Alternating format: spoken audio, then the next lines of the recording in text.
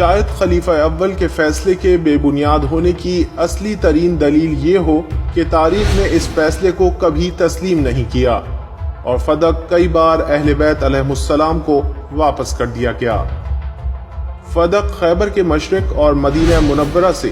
120 kilometre کے فاصلے پر واقع ایک سرزمین کا نام ہے۔ اس علاقے میں رسول اللہ صلی اللہ علیہ وآلہ وسلم کے دور میں پانی کا چشمہ تھا، نخلستان تھا، کھیتی باڑی کے لیے زرخیز خطہ بھی تھا اور یہاں رہنے کے لیے ایک رہائشی قلعہ بھی تھا جہاں یہودی رہائش پذیر تھے۔ غزوہ خیبر میں لشکر اسلام کے سپہ سالاروں کی ناکامی کے بعد جب علی علیہ السلام کی سرکردگی میں خیبر کے قلعات یکے بعد دیگرے فتح ہوئے تو فدق کے یہودی جنہوں نے جنگ خیبر میں خیبر کے یہودیوں کو تعاون کا وعدہ دیا تھا، بغیر جنگ و خونریزی کے رسول اکرم صلی اللہ علیہ وآلہ وسلم کے سامنے ہتھیار ڈال کر جنگ سے دستبردار ہوئے۔ چنانچہ فدق کا علاقہ جنگ کے بغیر ہی رسول اکرم صلی اللہ علیہ وآلہ وسلم کے سپرد کیا گیا اور سورہ حشر کی آیات 6 اور 7 کے مطابق حکم الہی سے یہ سرزمین رسول اللہ صلی اللہ علیہ وآلہ وسلم کی ملکیت خاص قرار پائی۔ ان آیات کے مطابق مسلمان اور مجاہدین کے لیے جنگوں میں ملنے والی غنیمت کے برعکس اس سرزمین میں کوئی حصہ قرار نہیں دیا گیا۔ سنی اور شیعہ مورخین اور راویوں کا اتفاق ہے کہ سورہ اسراء کی آیت 26 کے نزول کے بعد رسول اللہ صلی اللہ علیہ وآلہ وسلم نے حضرت فاطمہ الزہرا سلام اللہ علیہا کو اپنے پاس بلایا اور اپنی اس ذاتی ملکیت یعنی فدق کی وسیع و عریض اور زرخیز زمینیں آپ سلام اللہ علیہا کو بخش دیں اور یہ زمینیں سیدہ کی ملکیت میں آ گئیں۔ نبی اکرم صلی اللہ علیہ وآلہ وسلم کی وفات کے بعد خلیفہ اول نے کچھ افراد فدق روانہ کیے اور مالکہ یعنی سیدہ سلام اللہ علیہا کے وکلا کو وہاں سے نکال باہر کر کے اس علاقے کو غصب کر دیا۔ سیدہ نے ابو بکر کے پاس جا کر اپنا حق چھینے جانے کی شکایت کی اور ابو بکر نے فیصلہ سنایا جو سب کو معلوم ہے۔ سماعتی ضوابط اور عدالتی کارروائی کے قواعد کی روح سے ابو بکر کا فیصلہ متعدد اور عدالتی خامیوں اور نواقص کا مجموعہ ہے۔ جیسا کہ اسلامی سماعتی رویے اور فقہی قواعد کے مطابق اگر کسی شخص کے قبضے میں کوئی مال یا جائیداد ہو، مثلا ایک مکان اس کے تصرف میں ہو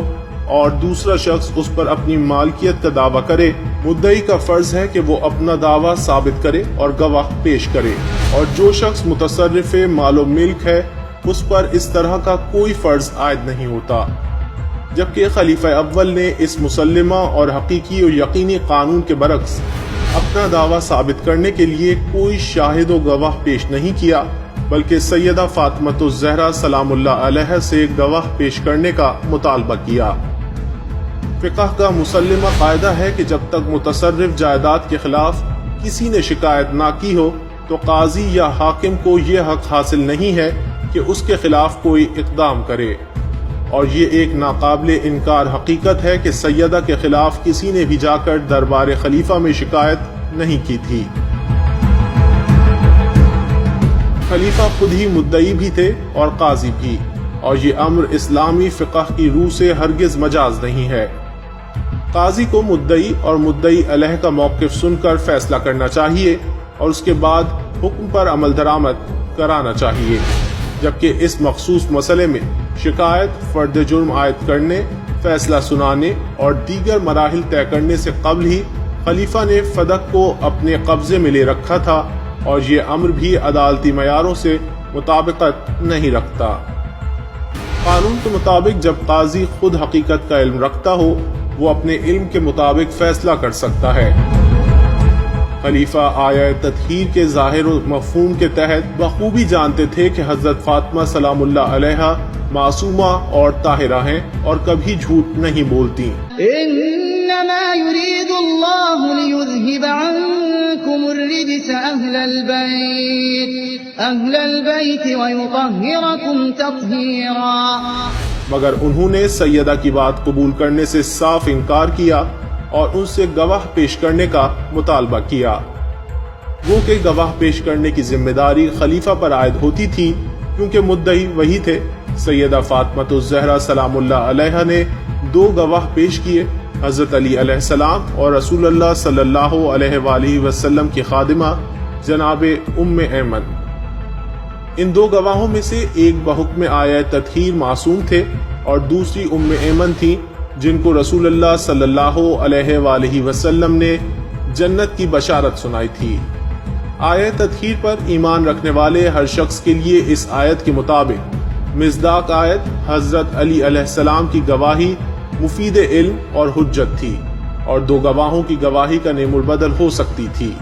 اسی طرح ام ایمن کی گواہی رسول اللہ صلی اللہ علیہ وآلہ وسلم کے وعدہ جنت کی روح سے اطمینان بخش تھی، اور یہ گواہی 2 عورتوں کی گواہی کا نیم البدل ہو سکتی تھی، یا پھر ایک مرد خواہ وہ علی علیہ السلام کے بجائے کوئی عام آدمی ہی کیوں نہ ہو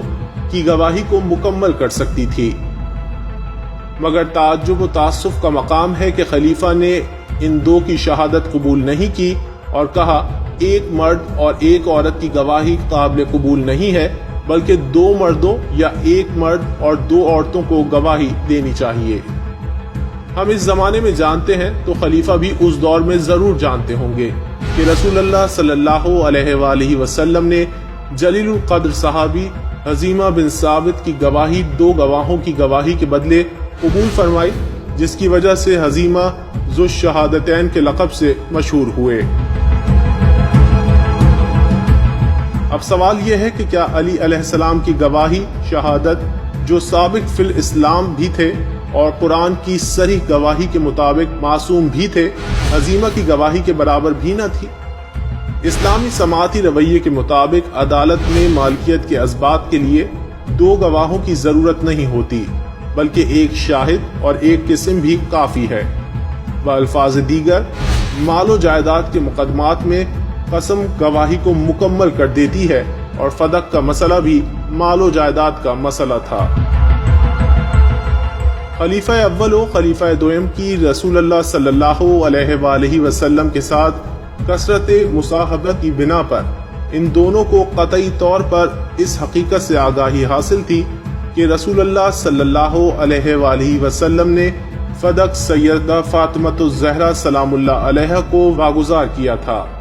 ان دونوں کو اس حقیقت کا علم تھا، مگر خلیفہ نے سماعت کی متعدد خامیوں اور نواقص کے باوجود اپنے علم و یقین کے برعکس فیصلہ دیا۔